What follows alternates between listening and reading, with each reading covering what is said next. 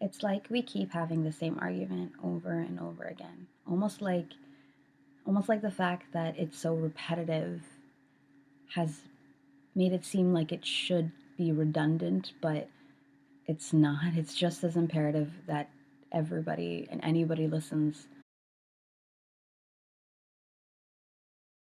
Yesterday evening, around 5 o'clock, and February 10th is what that would be, there was a shooting at Chapel Hill where 3 people were murdered, shot and killed. And personally, I wouldn't make a video about this if I didn't have all the facts that I could acquire. The issue is acquiring them. I'm having quite a bit of trouble, more than I normally do in the wake of any tragedy ever. I learned about this situation through Twitter, which isn't uncommon in this day and age. However, I was trying to seek a little bit more information about it to get some more backbone to the story to see exactly what happened. It is now 6:08 a.m. and having previously tried to type in Chapel Hill shooting into my Google search bar, although autofill was trying to direct me to Chapel Hill Catholic School or Chapel Hill Vet, I guess that should have been my first sign that there was trouble. Did I forget to mention that the young people who were shot and killed were 3 young Muslim people? No, because I shouldn't have to mention it. Do I feel like it's important to put up a photo of the shooter, point at it, and say, see, monsters come in all different kinds of colors?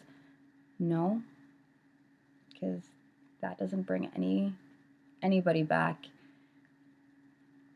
I don't know. The purpose of this video is to spread awareness that the media, that the things that we see and the things that we don't see are filtered through a very, very specific lens. And I could go on and be so mad about the situation and the fact that young lives are lost because of what I'm going to begrudgingly call circumstances to who they were.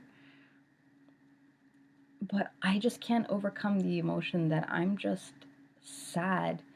There is an Instagram video going around of the father of one of the victims trying to understand what has happened to his son, and it just breaks my heart. But I can't overcome the idea of how sad everybody should feel, no matter what circumstances might surround this issue.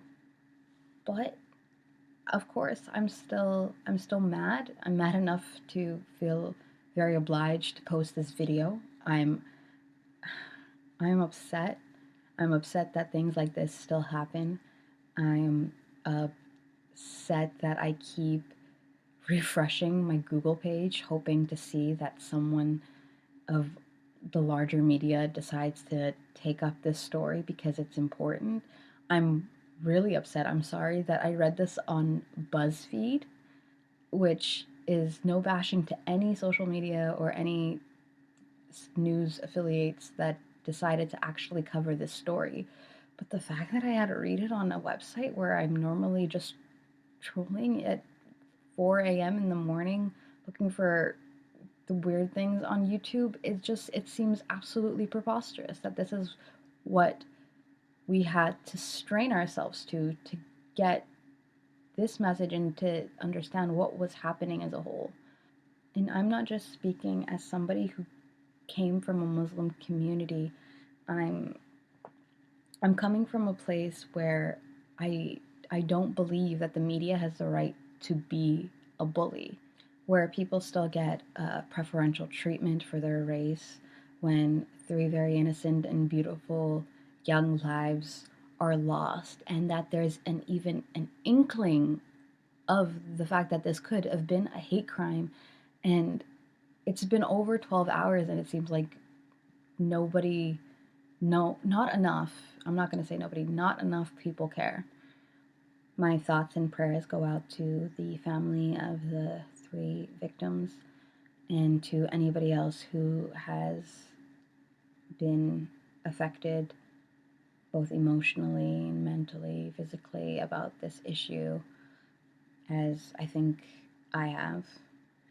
It's it's almost childish to constantly say that it's not fair, but it's not fair. And I think that the worst thing that we can do is remain ignorant. So if you share any of my sentiments, feel free to share this video. If you have a unique perspective of your own, I strongly urge you to speak out yourself through whatever media platform you are comfortable with. If they, and by they, I guess I mean media as a grandeur as a whole, refuse to say something and refuse to speak out, then we will.